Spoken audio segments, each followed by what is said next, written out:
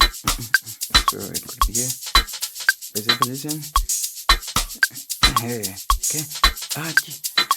We check it. Go. Hello, what's up, guys? Welcome to Ama 82K. Before you get some work done, don't forget to like, comment, and subscribe to my YouTube channel. In this specific tutorial, I'm going to show you how to create Amapiano drums on Ableton Live Push 2. Also, you can grab this drum rig that I'm using, the drum rig for Amapiano. It is called Ama 82K, which is this one. So let's have a look on the project. We do have a drum rig here, and then we have a shakers and shakers, right? So allow me to explain what's going on the drum rig, and then we'll move on to creating the patterns on the push. So first, on this first section, right, we have the effects. We have chorus and delay, just to change the texture and the feel of our drum loop. For example, so let me just crank up some chorus. You see? And then, of course, we can have some delay. Can you hear that? Let me exaggerate.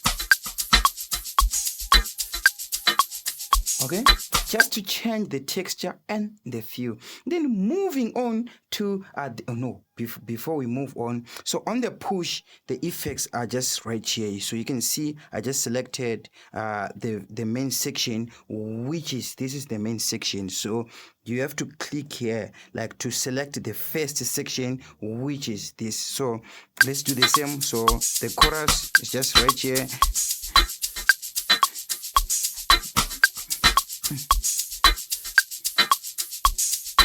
And like I said, the download link for the drum rig is in the description below. So if I click here now, I'm on the main drum rig, which is this section here. So what's happening in this section here is, for example, if you look in the piano roll, we have the numbers here, which are the same numbers and which represent these drum pads here, which also represents these for volumes and also some other effects that are this side.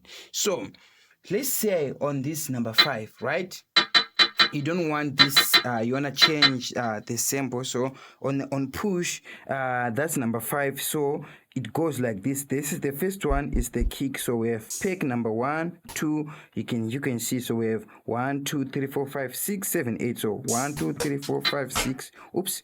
1, 2, 3, 4, 5, 6, 7, 8. All right. So now, if I go to number 5, which is 1, 2, 3, 4, 5, right? This is number 5, right? So 5 is right here. So I can change here. So you can do this for all the pads. You can literally change anything. Another thing that you can also do is you can randomize the samples just by doing this. For example, so let me just hit and do. So for example, I'm randomizing. You see, it's now something else different.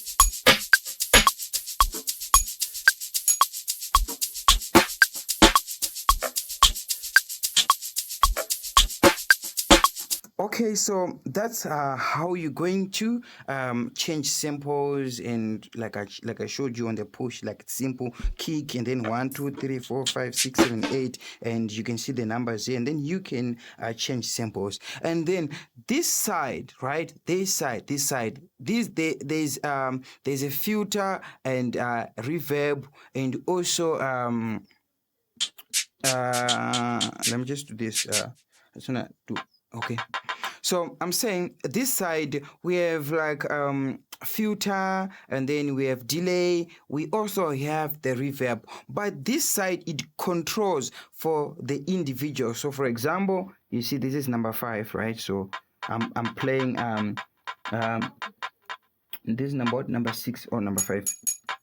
Okay, it's okay. So I can just use this one, which is number 6. So you can see I'm playing number 6 here. Also here it's showing number 6, and of course I can literally do something here. I can add just only effects for the individuals. So let me just do it on number 5 here, please. because I just wanted to do it on number 5. Wait a minute. Okay, so number 5. So of which to access the same thing on the push, right, you have to move from the main, which is this, right, and then you see it, which is this side, right? So now, so we can exaggerate the reverb, and we can have the delay, nice delay. We also have a nice cool filter. Yeah, we can change the filter envelope just like this. So let's have a listen to this. Oh, you can hear. You see? Oh, I like that. It's like an underwater type sound. Reverb. I'm exaggerating. Let's play around with the chorus. Let's have more chorus.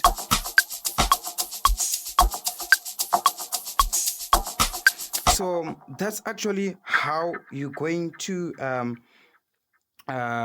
play around with some effects for this section, which applies to everything that you select here. If you select number 3, it's still going to be the same thing. Then on the push, once you selected here, you just have to press here, and then now you're on number 3. If you do this, now you can see it's changing. So this doesn't have reverb, so this has a reverb. And so if you switch, then you can actually do anything, and then if you click here, you are back on the main drum rack page. So speaking of drum patterns, right, so first off, let's just delete the pattern that we have and start from scratch. So now pay attention. I'll be showing you how to come up with your own drum patterns using the drum rack and the push. So if I do this, it means I've selected one bar already. So speaking of the divisions here, the divisions of the beat, in most cases, like just to keep everything simple,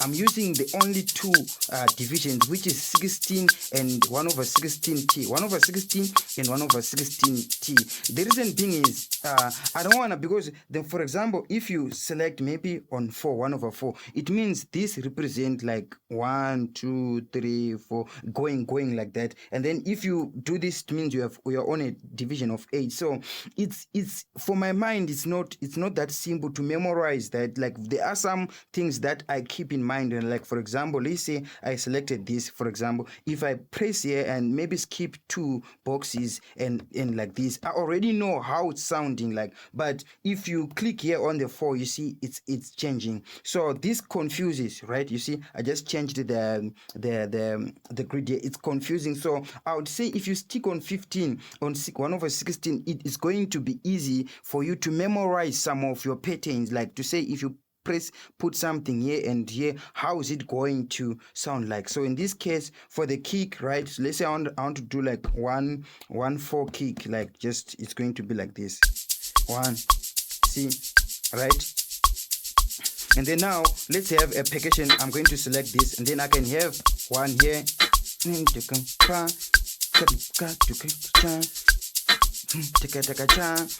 And then now I can, if I want to record something, let's say you don't want to like program. Another thing, the reason why we are using 1 bar is because we want to keep everything simple. We don't want to complicate everything, but later on you can extend the drum loop, and then you can add more percussions into it. So now let me move on.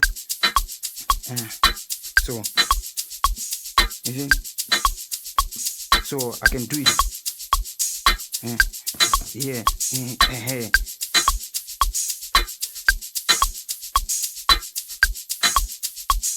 So you can also record.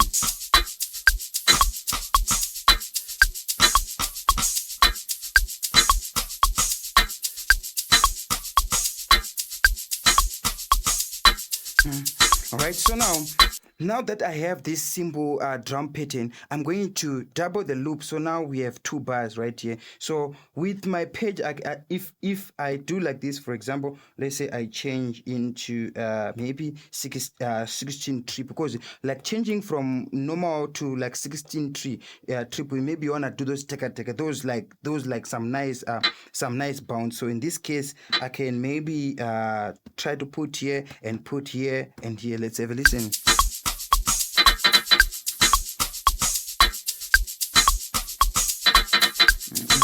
Let me remove here. Let's have a listen. Yeah, this is better. So what I'm saying is now you can see that under the zoom it's showing for the 1 bar. So I'm going to click next page, which is here. So all this chaka I'm now going to do it on the second on the last bar, which is this section. So it's going to be like this. Okay, cool. And then I can also hold and change the velocity of that, and I can also do this, you know, just to